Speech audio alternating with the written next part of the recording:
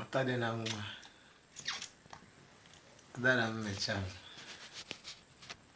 Ụdara mmecha m. Ụta dị na nwa. Ụdara yarụrụ ala.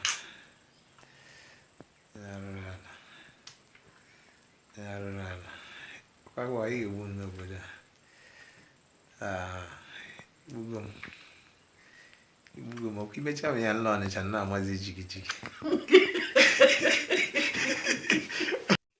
Ihe ewu chifu ụkwụ jijiji n'Ọnịcha ya na lọlụ ụdara mmecha ya onye arụrụ ala.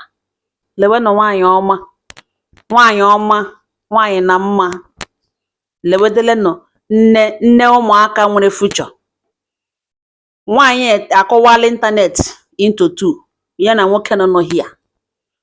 Ụmụnne m, lewedelenụ nwaanyị ọma kele biko. Nwaanyị a na nwoke a gbawala ịntanetị. Ụmụnne anyị, ndị ụzọ ulu anyị, ndị Igbo anyị akọwala ha ịntanetị into two.